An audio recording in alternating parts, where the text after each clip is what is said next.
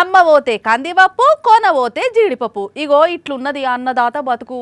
అప్పో సొప్పో చేసి ఇంత పంట పండించి పబ్లిక్కు పెడదాం అనుకుంటే అటే లోపలికే అవుతాడు తప్పితే ముంగడికి మాత్రం పోలేడు. అట్లున్నాయి లోకం మీద పరిస్థితులు. అమ్మ పోతే అడవి, కోన పోతే కొరివి.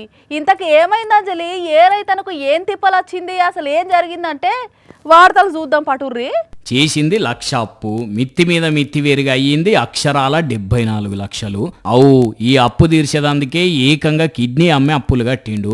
అయినా కూడా అప్పులనే కూరుకపోయి ఉన్నాడట. ఇంకా ఇగో ఇడ కనబడుతున్న యువ రైతన్న రోషన్ సదాశివ మహారాష్ట్ర చంద్రపూర్ జిల్లాలో ఉంటాడు. పాపం చూడండి, కిడ్నీ అమ్మినా అని చెప్పుకుంటే ఎట్లా బాధపడుతున్నాడో. అయినా అప్పెందుకు తెచ్చిండు, కిడ్నీ ఎందుకు అమ్ముకోవాల్సి వచ్చింది అంటే ఇన్కమ్ మంచిగా ఉంటుందని ఎవరో చెప్తే 1,00,000 అప్పు తెచ్చి ఆవులను కొంటే ఆ ఆవులు ఫామ్ షురూ కాకముందే చచ్చిపోయినాయట. పాపం ఏమున్నది, ఆ తెచ్చిన పైసలకు వడ్డీలు కట్టేదందుకు అప్పు తెచ్చుడు, మళ్ళా వాటిని తీర్చేదందుకు అప్పు తెచ్చుడు, పైసలు రొటేషన్ కాకుండేసరికి ఆఖరికి ₹1,00,000 అప్పు కాస్త 74 లక్షలు అయిందట.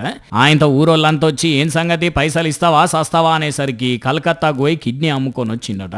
అంత చేస్తే వాళ్ళు కూడా మోసం చేసి 20-30 లక్షలు అన్న కాడ 8 లక్షలు ఇచ్చేసరికి ఆ పైసలు ఇప్పుడు ఎటు కాకుండా అయినాయట. కతిమ అప్పులోళ్ళు పీడ్స్గా తింటుంటే ఇంకో కిడ్నీ కూడా మీరే తీసుకోండి అని అంటున్నాడట. కానీ ఎంతగానం మిట్టికి తెచ్చిండో ఏం కథనో కానీ చూడండి, ₹1,00,000 అప్పు ఎంత పని చేసిందో. పాపం అన్నం చూస్తుంటే, అన్న బాధలు వింటుంటేనే మనసు కలుపుకోమంటున్నది పోండి. మరి లేకుంటే అప్పుల కోసం కిడ్నీ అమ్ముడంటే మామూలు మాటలా? వామ్మో.